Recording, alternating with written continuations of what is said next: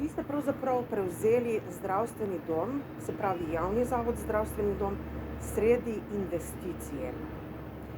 Najprej me zanima, v kakšnem stanju finančno gledano je javni zavod, ko ste ga vi prevzeli, oziroma zdaj, v kakšni kondiciji? Jaz sem prevzela vodenje tega javnega zavoda v oktobru mesecu preteklega leta. Takrat moram reči, da je bila situacija finančno kar zahtevna. Lahko pa danes povem, da moram biti zadovoljni, ker smo potem nekako uspeli strniti vrste, posanirati tudi neke stroške že in je v bistvu ob koncu leta bil zaključek bistveno boljši, kot je kazalo ob prevzemu. To se pravi, zdaj zdravstveni dom je za leto 2025 pozitiven? Žal to še ne. Tu nam je zmanjkalo par mesecev, moram reči, po moji oceni, ampak smo pa bistveno, v bistvu smo pravzaprav prepolovili do konca leta, v zadnjem četrtletju smo prepolovili negativen rezultat, ki je kazal v bistvu oktobra meseca. Kateri so bili tisti stroški nepotrebni, ki ste jih lahko potem zrezali, bomo rekli?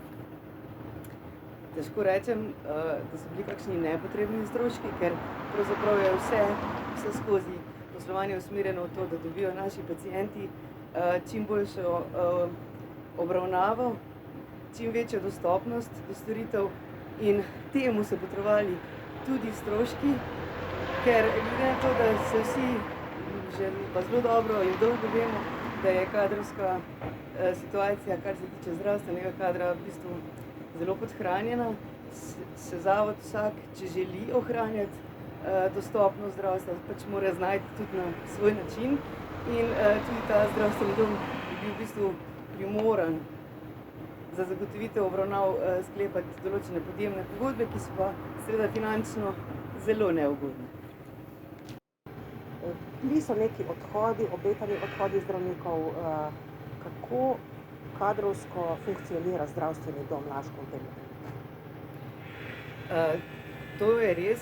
Moram priznati, da sem tudi sama presenečena bila, da je v bistvu v zdravstvu vsesplošno, ne govorim samo o našem zdravstvenem domu, vsesplošno ogromna fluktuacija kadra. Zakaj je to tako, še zdajle težko sodim, ampak dejstvo je. Kar sem lahko jaz zadovoljna v tem trenutku, je to, da mi ohranjamo, ne glede na vse. Vseeno imamo 7 splošnih zdravnikov. V lanskem letu smo se okrepili na zobozdravstvenem področju, ki je zdaj v zadnjem obdobju v bistvu še najbolj rak rana zdravstva, da tako rečem, ker na žalost večina zobozdravnikov se nekako usmerja v zasebno zobozdravstvo. Seveda je verjetno bolj rentabilno, lahko predvidevam, ampak mi smo v lanskem letu pravzaprav dobili novega zdravnika za odrasle v aprilu mesecu, potem smo pridobili pa še v decembru 2 zobozdravnici, in sicer za mladinsko zobozdravstvo in pa eno specialistično, prav tako za mladino. In moram reči, da smo v tem trenutku in glede na to, kako so se stvari razvile, lahko zadovoljni in naši občani imajo kakovostno zobozdravstveno in zdravstveno obravnavo zagotovljeno v našem domu in tega se moramo zavedati. Res nismo močni po številu, smo pa vsekakor kakovostni in dostopni in tudi zaradi svoje pripadnosti zdravstvenega kadra, pravzaprav, ki večkrat delajo preko svojih, da rečem, zmožnosti ali pa daleč nad tistim, kar bi bil nek normalno pričakovan normativ. Moram reči, da smo lahko vsi skupaj zadovoljni, ker smo v varnih rokah. Glede pediatrov je bilo tudi nekaj vprašanj na sejah občinskega sveta, zlasti v Rimskih Toplicah, tudi to, kako je na področju pediatrije. Mi imamo zdaj 2 pediatrinji, ki mislim, da zelo korektno in uspešno pokrivata v bistvu izkazane potrebe. Torej, naložba, ne? V kakšnem stanju ste prevzeli? Sredi investicije pravzaprav ste padli v to zgodbo. Kako drugačna je bila vaša pričakovana slika od dejanskih razmer? Dejstvo je, da jaz sem zadovoljna, da je v bistvu tako ustanovitelj kot posledično svet zavoda podprl in prepoznal to investicijo kot izjemno pomembno in potrebno v okolju. In ja, res je, v letu 2025 je bila v bistvu izgradnja v polnem teku, zaključuje se nekje do poletja letošnjega leta, kar se tiče izgradnje objekta. To bo omogočilo bistveno boljše pogoje za delovanje tako našim zaposlenim kot seveda uporabnikom in se tega izjemno veselimo, ker saj veste, zaposleni so naš kapital, oni so naša največja moč, da tako rečem, in izjemno pomembno je, da se počutijo tako oni dobro, da imajo dobre pogoje za delo, da se lahko razvijajo, ker brez razvoja seveda tudi vse ostalo stagnira. In smo pravzaprav izjemno zadovoljni, da lahko v letošnjem letu pa že nekako govorimo o tem, da do poletja se zadeva zaključuje, kar se tiče gradbenih del. Tudi sam zavod je pa že v javnem naročilu za dobavo opreme. Se pravi, notranje, tako pohištvene kot medicinske opreme.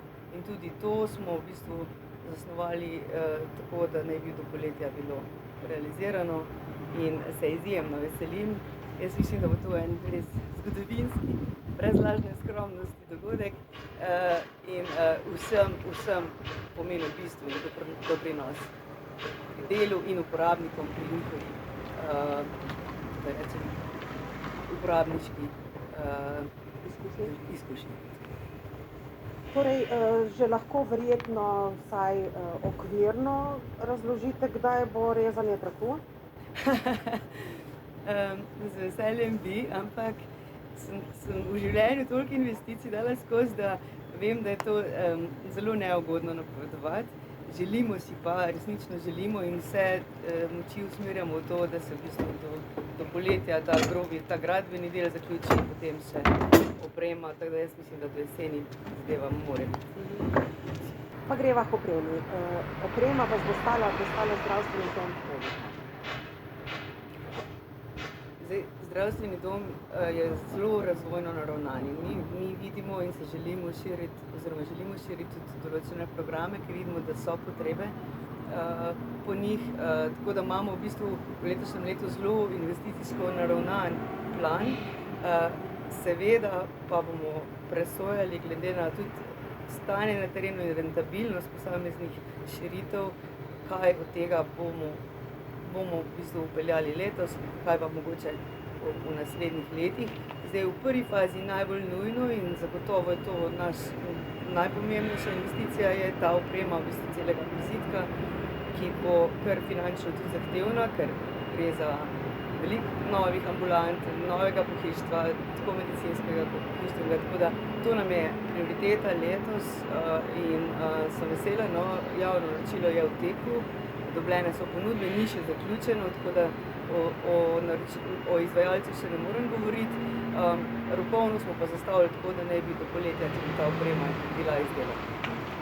Zdaj, prizidek je pravzaprav večji, kot je osnovna stavba, ne? Verjetno že veste, kaj vse bo v teh prostorih. Seveda. Kljub temu res je, prizidek je samo po imenu prizidek, sicer pa bo to postal zelo hitro dominantna prva stavba. Tudi selijo se splošne ambulante, reševalci in vse te take obsežnejše vsebine. Tudi za star del moram reči, da nam ne bo zmanjkalo vsebin, zaradi tega, ker morate vedeti, mi zdaj delujemo na 5 različnih lokacijah. In mi zdaj pravzaprav si zelo želimo na eno točko spraviti vse te fizioterapijo imamo ločeno, del zobne protetike je ločen in tako naprej. CKZ deluje v svojih prostorih. Mi zdaj stremimo k temu, da čim več vsebinsko kompatibilnih storitev damo smiselno v ta novi del, ker seveda potem, takoj zatem nas pa čaka prepotrebna obnova starega dela. Tam imamo težave, ker so strojne inštalacije dotrajane in nam v bistvu povzroča tudi sproti, nam povzročajo dosti visoke stroške vzdrževanja. Tako da si res želimo in tudi glede na to, da so v bistvu v starem delu potem predvidene pa zobne ambulante, bo potrebno že zaradi vsebine samega delovanja takoj pristopiti v bistvu k enem delu rekonstrukcije, da tako rečem. Potem pa po fazah koliko bomo finančno zmožni.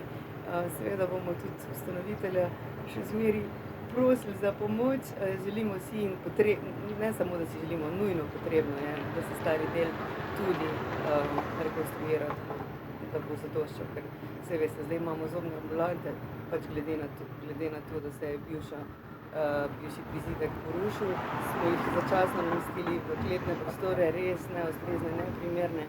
Zato jaz se tudi tukaj zahvaljujem tako za razumevanje vsem uporabnikom, kot tudi našim sodelavcem in prosim samo še za malo strpnosti, da v bistvu zadevo lahko uredimo.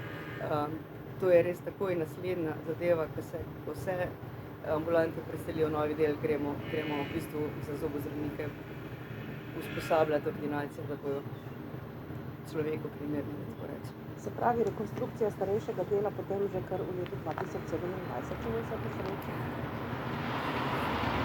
Želimo si vsekakor. Želimo si obljubiti, ne moremo, ampak ja, en del bomo pa zagotovo. Vsaj ta del, da usposobimo, da lahko ambulante delujejo, pa zagotovo bo potrebno.